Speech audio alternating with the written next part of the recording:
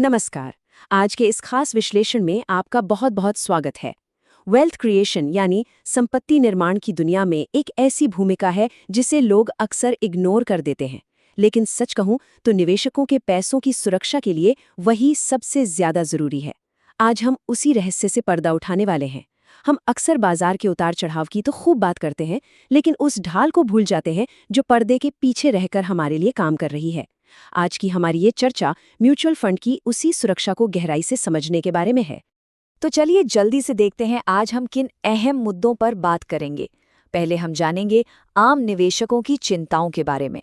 फिर समझेंगे कि ये ट्रस्टी आखिर कौन होता है, एएमसी और ट्रस्टी के बीच का क्या अंतर है, उनकी रिपोर्टिंग प्रक्रिया कैसे काम करती है, ट्रस्टी के स्वतंत्र होने के 3 बड़े फायदे क्या हैं, और अंत में मल्टी लेयर सेफ्टी के बारे में बात करेंगे।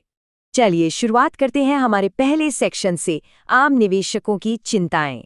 जब कोई पहली बार बाजार में कदम रखता है तो मन में कुछ डर होना बिल्कुल स्वाभाविक है ना? ऐसे में सुरक्षा सबसे बड़ी प्राथमिकता बन जाती है। हर नए निवेशक के मन में ये एक बहुत ही जायज सवाल आता है कि अगर म्यूचुअल फंड कंपनी कोई गलती कर दे तो उन्हें रोकेगा कौन? हमारी मेहनत की कमाई पर आखिर नजर कौन रखता है?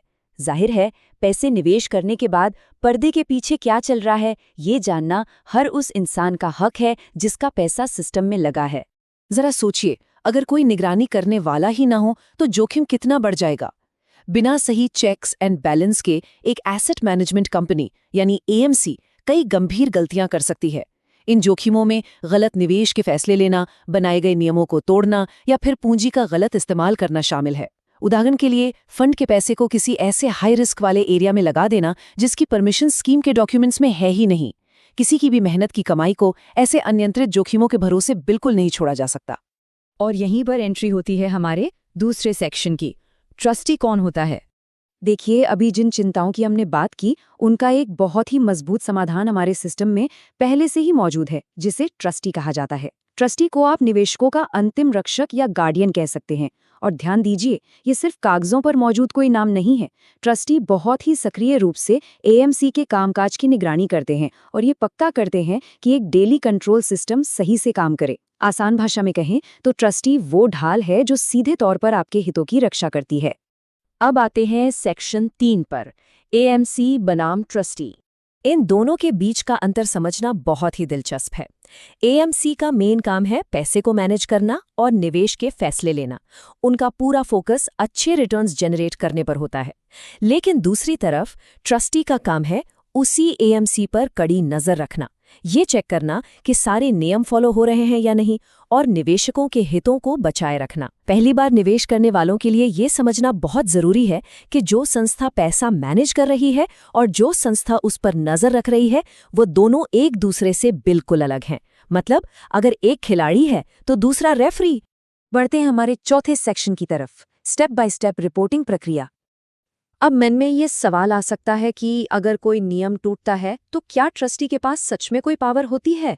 तो इसका जवाब है बिल्कुल हाँ, और इसका एक बहुत ही सख्त 3 चरणों वाला एस्केलेशन प्रोसेस है। स्टेप 1, ट्रस्टी के पास ये अधिकार है कि वो एएमसी से किसी भी संदिग्ध काम के लिए तुरंत स्पष्टीकरण मांग सके। स्टेप 2, अगर कोई नियम टूटता है तो ट्रस्टी के पास उस गलत काम को उसी वक्त रोकने की पूरी पावर है। और स्टेप 3, वो सीधे बाजार के रेगुलेटर यानी सेबी को रिपोर्ट कर सकते हैं। तो आप देख सकते हैं कि ट्रस्टी कोई मूक दर्शक नहीं है। हमारा 5वां सेक्शन है, स्वतंत्रता के 3 फायदे। ट्रस्टी का एएमसी से पूरी तरह अलग होना ही इस पूरी सुरक्षा व्यवस्था की नींव है, और इसके 3 बहुत बड़े फायदे हैं। पहला, पूरी तरह से स्वतंत्र होने के कारण ट्रस्टी बिना किसी दबाव के निष्पक्ष या अनबायस्ड फैसले ले सकते हैं। दूसरा फायदा है एक्टिव कंट्रोल, जिससे किसी भी गलत काम को तुरंत रोका जा सके और नुकसान से बचा जा सके। और तीसरा, इस पूरी व्यवस्था से बाजार के सभी प्रतिभागियों के लिए एक एकदम ट्रांसपेरेंट सिस्टम बनता है जहां कुछ भी छिपा हुआ नहीं होता।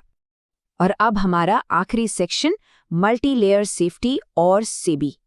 चलिए अब इन सभी कड़ियों को एक साथ जोड़कर देखते हैं कि ये मल्टी लेयर सेफ्टी नेट असल में काम कैसे करता है। इसे ऐसे समझिए, लेयर 1 पर होते हैं फंड मैनेजर्स जो रिसर्च करते हैं और पैसा इन्वेस्ट करते हैं। लेयर 2 पर आती है एएमसी जो उस पूरे फंड के संचालन को मैनेज करती है। और फिर लेयर 3 पर आते हैं ट्रस्टी, जो ऊपर से इन सब की निगरानी करते हैं। ये एक ऐसा 3 परतों वाला सुरक्षा जाल है जो बहुत ही मजबूती से पूंजी की रक्षा करता है। लेकिन इस इतने मजबूत सिस्टम के बावजूद एक बहुत ही ज़रूरी बात है जिसे कभी भी इग्नोर नहीं किया जा सकता। जैसा कि आपने अक्सर सुना होगा, म्यूचुअल फंड निवेश बाजार के जोखिमों के अधीन है। योजना से जुड़े सभी दस्तावेजों को ध्यान से पढ़ें। सेबी की गाइडलाइंस और स्कीम के दस्तावेजों को पढ़ना सभी के लिए बेहद ज़रूरी है। सिस्टम अपना काम करता है, लेकिन एक जागरूक निवेशक होना ही आपकी सबसे पहली और सबसे बड़ी सुरक्षा है।